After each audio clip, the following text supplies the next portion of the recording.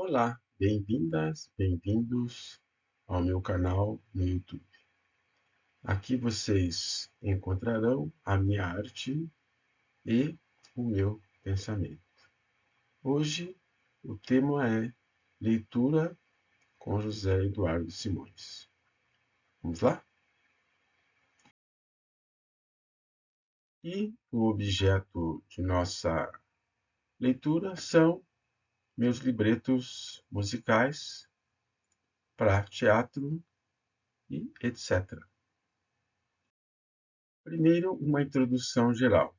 Se você já a conhece, pode pular e ir direto à leitura do libreto de hoje. Introdução geral.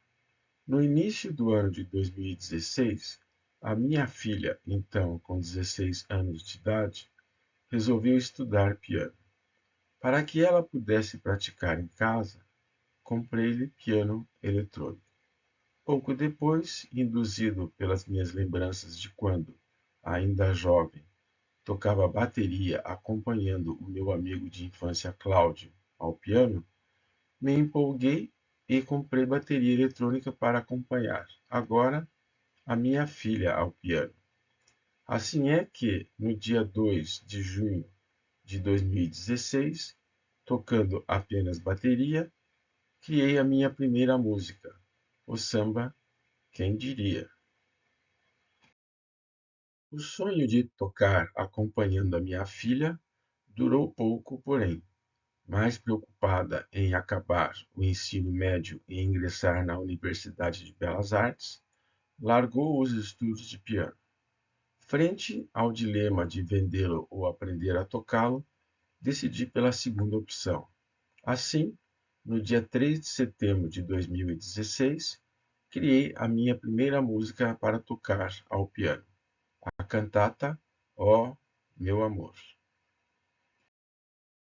Continuei estudando sozinho esses dois instrumentos e a criar músicas, algumas das quais passei ao meu amigo, aqui já mencionado, para que fizesse arranjos para elas em seu teclado, coisa que faz até os dias de hoje. Algum tempo depois, eu decidi aprender a tocar violão para continuar compondo músicas também naquele instrumento. Assim, no dia 25 de maio de 2019, compus a minha primeira música para violão, a modinha Casinha dos Meus Sonhos. Empolgado com as possibilidades criativas que esse instrumento me proporcionou, comprei outros dois instrumentos de corda, baixo e guitarra, ambos elétricos, e, no dia 21 de julho de 2019, criei a minha primeira música tocando bateria, baixo e guitarra, o heavy metal, Como Eu Fui Infeliz. Foi dessa maneira que, tocando desajeitadamente todos esses instrumentos e cantando um tanto quanto desafinado, tornei-me compositor musical quando atingia a terceira idade, 2016. De lá para cá, além de algumas instrumentais muito simples, criei várias músicas letradas que dividi em duas coletâneas, contendo 13 libretos cada uma. A primeira se chama Entre Sonhos, Fantasias, Lágrimas e Suor, e a segunda, A Minha Filha e Eu. Além disso, existem os musicais A Minha Tragédia Poética e A Epopeia do Espírito na Terra, criados a partir dos meus livros de mesmo nome. Bem, feita a introdução, vamos agora ao objeto de leitura de hoje, que é o meu livro, a parte 1 do meu livro, Este Ser Chamado Homem, que pertence à coleção Entre Sonhos, Fantasias, Lágrimas e Suor. Vamos lá? Este libreto conta a história fictícia de 5 amigos roqueiros ensaiando na garagem da casa de um deles. Abrem-se as cortinas e aparecem 5 amigos rindo dentro de uma garagem em meio aos seus aparelhos musicais. Um deles, em seguida, pega um pedaço de carvão de dentro de um saco de carvão, passa no rosto e diz: essa história, Carlos, sobre a sua ida a campo de nudismo, me fez lembrar que hoje é dia do índio. Em seguida, batendo com uma das mãos na boca, imita índios gritando: Min ser pajé José. Rindo muito, Carlos a ele diz: mas que pajé fajuto, cara! Pedro, por sua vez, pergunta a José: de onde tirou essa ideia? Antes que ele respondesse, Ana fala para todos: da segunda latinha de cerveja. Todos riem e, a seguir, Antônio diz: a cena que o Zé fez foi hilária, mas a situação dos índios de nosso país não tem nada de engraçado. Eu concordo, Ana apressa-se em dizer. Depois continua: e isso desde o tempo do dito descobrimento do Brasil. Termo que, na verdade, significa invasão do Brasil pela civilização europeia, fala Carlos. Outro termo duvidoso, amigos, apressa-se em dizer José. Por que, Zé? Ana aí lhe pergunta. Invasores em nada são civilizados, como a história bem nos diz. Muitas vezes são assassinos, estupradores e ladrões. José a ela responde. Concordo com você, diz Antônio. Além de adorarem distorcerem fatos para ficarem bem na fita da história, conclui. O que me faz lembrar da famosa carta de Pero Vaz de Caminha e da música que fiz sobre isso. Topam tocá-la? Diz Pedro. Todos concordam e Pedro canta. Essa tal de civilização, rock. Escreveu você, Pero Vaz, muito tempo atrás, sobre o lugar que não se conhecia, sobre um Brasil que se descobria. Do seu tamanho, você falou, suas belezas você descreveu, mas a você não agradou seus habitantes não crerem no seu Deus. Ao seu rei, disse que andavam nus. Ao seu rei, disse que comiam até bambus. Ao seu rei, disse que eram ignorantes. Ao seu rei, disse para salvá-los o quanto antes. Agora, depois de tantos anos de cultura europeia, não posso deixar de ver os danos causados por essa sua ideia. Salvar os índios de quê? Salvar os índios para quê? Se essa tal de civilização, pelo que vejo, não deu certo, não. Não teria sido melhor deixar os índios sossegados? Assim, a natureza ao nosso redor não estaria neste triste estado. Quando acabou, todos batem palmas e em seguida Ana diz: pois é, amigos, nós, ou melhor dizendo, a nossa cultura materialista, que é predominante no mundo, está realmente destruindo a natureza. E nós junto, Antônio emenda, principalmente aqueles que pertencem a minorias, como, mais uma vez, povos indígenas, por exemplo. E no Brasil não é diferente. Não sei se vocês se lembram, mas no ano de 2016 ocorreu o evento que, entre indígenas brasileiros, ficou conhecido como Ano do Fim do Mundo, Antônio conclui. Refresque as nossas memórias, Pedro lhe pede. Foi o ano do primeiro barramento do rio Xingu pela hidrelétrica de Belo Monte e em que ocorreu grande mortandade de peixes, Antônio diz a todos. 16 toneladas, se eu não me engano, acrescenta José. Isso mesmo, daí o povo indígena Juruna batizá-lo de Ano do Fim do Mundo. Lembram da música que fiz a respeito? Diz Antônio. Agora me lembrei, Pedro lhe fala. Vamos tocá-la então? Antônio propõe. Todos concordam e a tocam enquanto Antônio a canta. Ano do Fim do Mundo, Heavy Metal. 2016, Ano do Fim do Mundo. Há mais de 500 anos, desde a chegada de estrangeiros, que o verdadeiro povo brasileiro só se ferra ano após ano. Não foi diferente quando os índios do rio Xingu se viram frente a frente com a falta de peixe-pacu. Até mesmo a sua água perdeu o seu ciclo normal e passou a ser controlada por muitos donos de capital. O índio, mais uma vez, teve a sua vida mudada. Passou até a ser freguês de comida industrializada. há mais de 500 anos, desde a chegada de estrangeiros, que o verdadeiro povo brasileiro só se ferra ano após ano. 2016, ano do fim do mundo.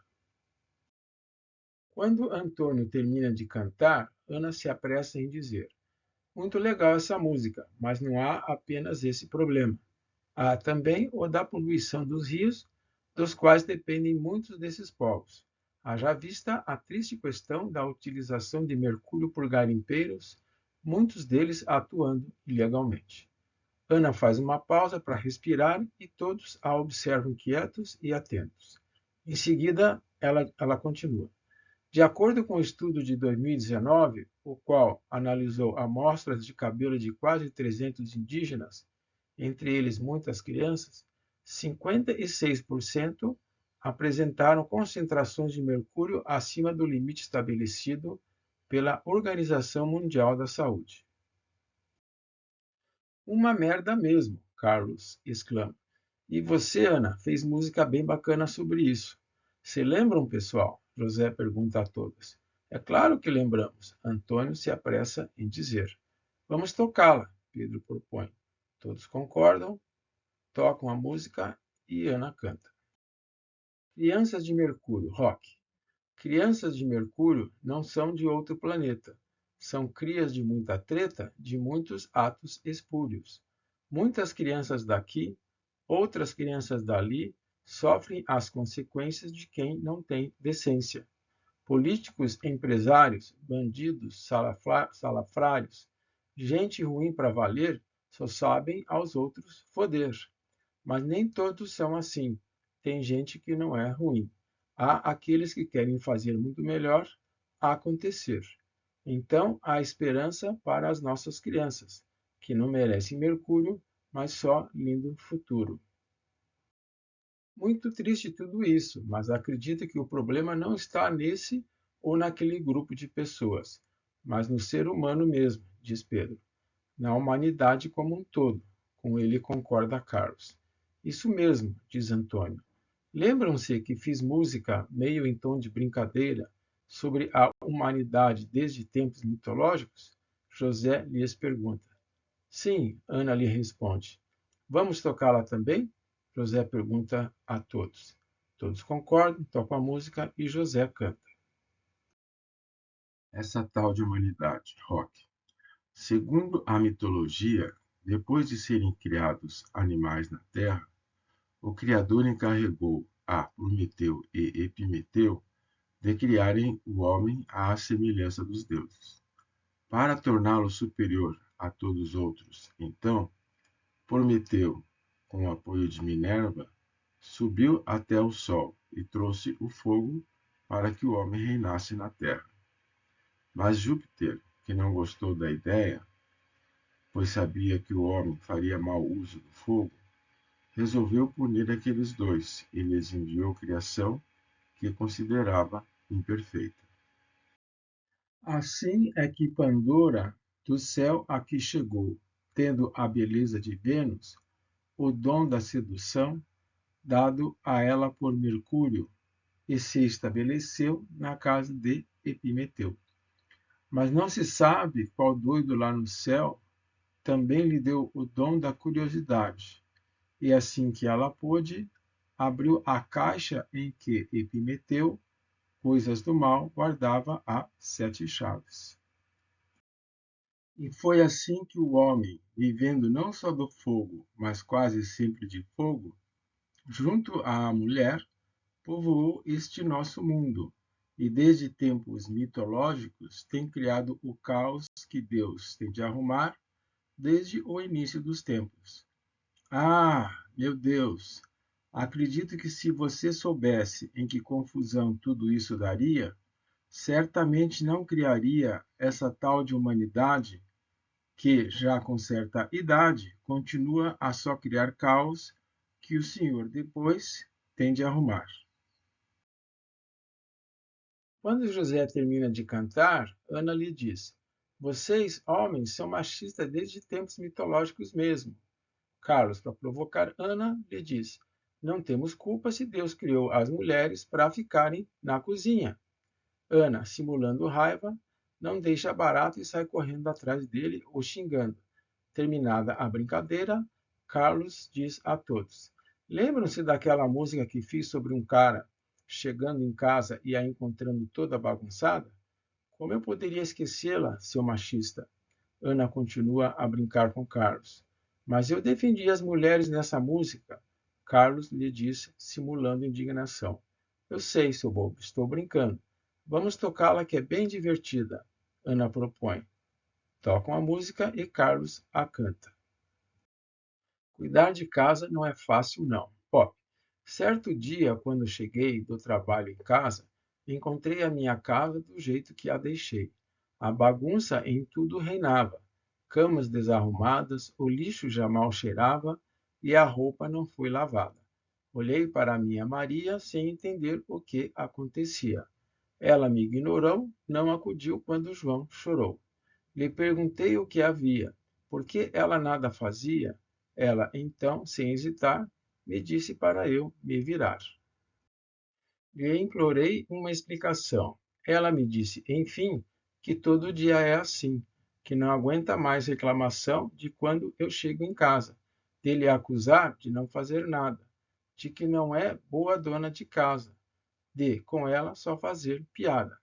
Ah, me perdoe, Maria, por favor. Aprendi a minha lição. Cuidar de casa não é fácil, não. É preciso dedicação e muito amor. Todos riem da história, contada e cantada por Carlos. É Ana, porém, que desta vez vê oportunidade de provocar seus amigos, dizendo: Estão vendo? Nos menosprezam, mas depende de nós para arrumar a bagunça que fazem. Não vivemos sem vocês, meninas. Carlos, sorrindo, se apressa em lhe dizer. Então é isso, pessoal. Primeira etapa aqui da leitura terminada. Espero revê-las e vê-los para continuarmos a nossa leitura. Um grande beijo, fiquem bem.